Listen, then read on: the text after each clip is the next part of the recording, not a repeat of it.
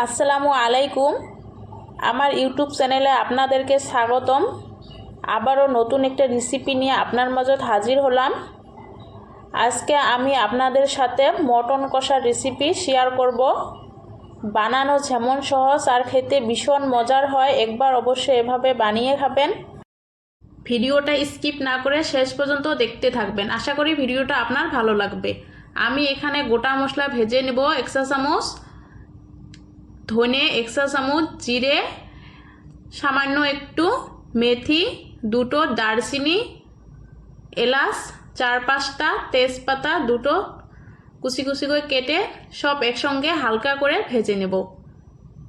এখানে আমি মিক্সচার করে নেব।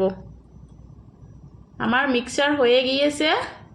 আমার মটন এখানে 1 কিলো মটন নিয়ে নিয়েছি, ধুয়ে পরিষ্কার করে নিচ্ছি।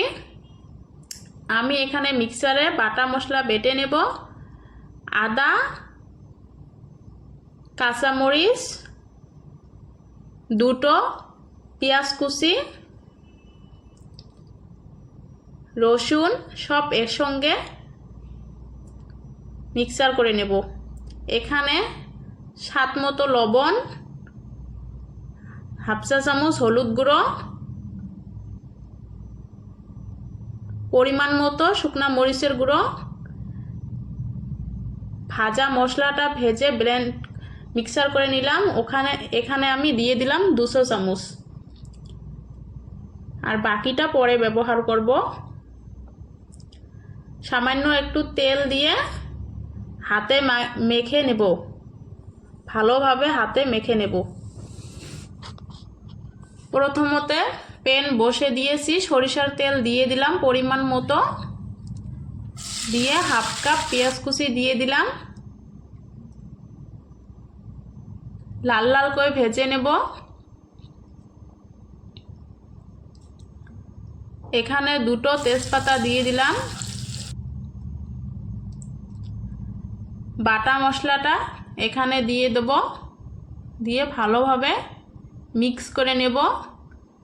1 মিনিট কষে নিয়ে আমি এখানে ধনিয়া পাতা কুচি দিয়ে দিলাম, দিয়ে ভালোভাবে মিক্স করে এখানে আমি দিয়ে দিলাম টমেটো পেস্ট,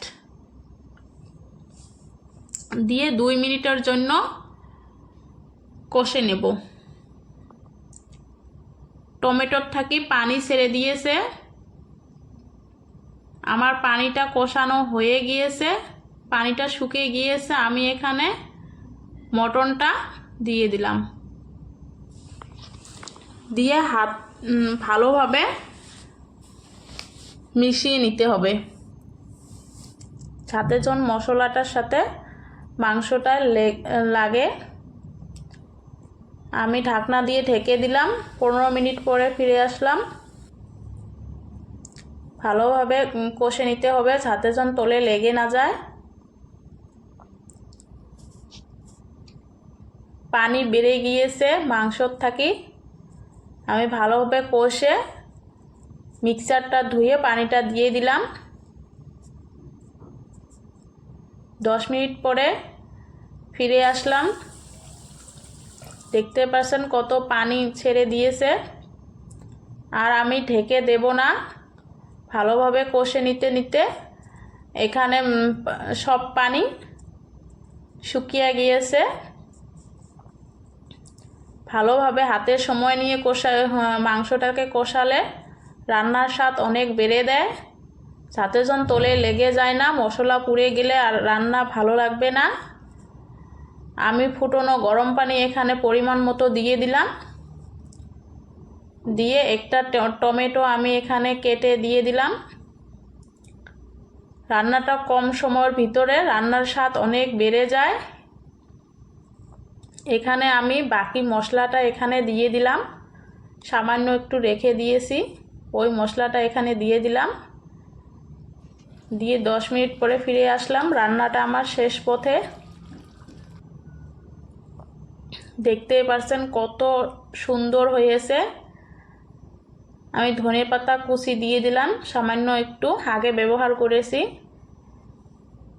রান্নার শেষ পথে দিয়ে দিলে ওটার স্বাদ অনেক বেড়ে দেয়। আমি 10 মিনিট রেস্টে রেখে দিছি। দেখতেই পারছেন কত সুন্দর হয়ে গিয়েছে। ভিডিওটা ভালো লাগলে লাইক কমেন্ট করে দিবেন, আর যারা যারা আমার ইউটিউব চ্যানেলটা এখনও সাবস্ক্রাইব করেন নাই প্লিজ সাবস্ক্রাইব করে দিবেন।